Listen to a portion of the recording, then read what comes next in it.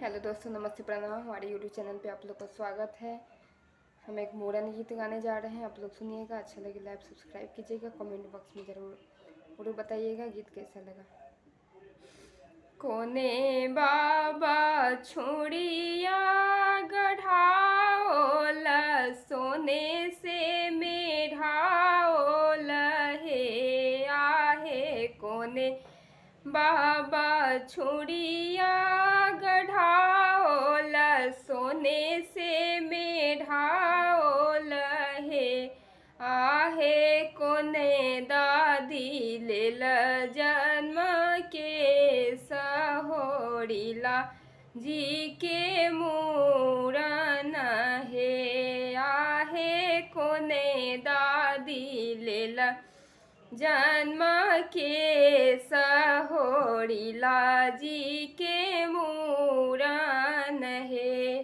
कोने बाबा छोड़ी या गढ़ाओल, सोने से मेढ़ाओल यो आहे। कोने दादी लेल जन्म के सहोड़िला जी के मूरन हे आहे। कोने दादी लेल जन्म के सहोड़िला जी के मूरन हे।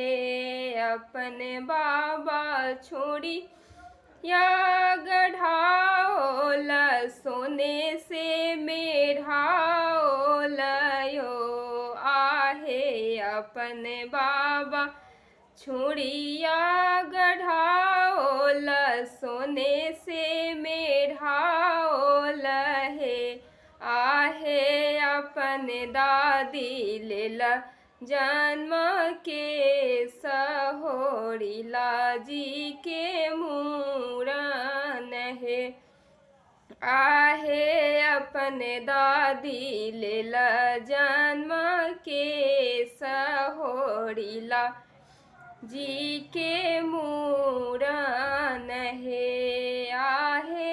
अपने दादी लेल जन्म के सहोड़िला जी के मूरन हे। कोने बाबा छोड़िया गढ़ाओल, सोने से मेढ़ाओल हे आहे। कोने दादी लेल जन्म के सहोड़िला जी के मूरन हे आहे। कोने दादी लेल जन्म के सहोड़िला जी के मूरन हे।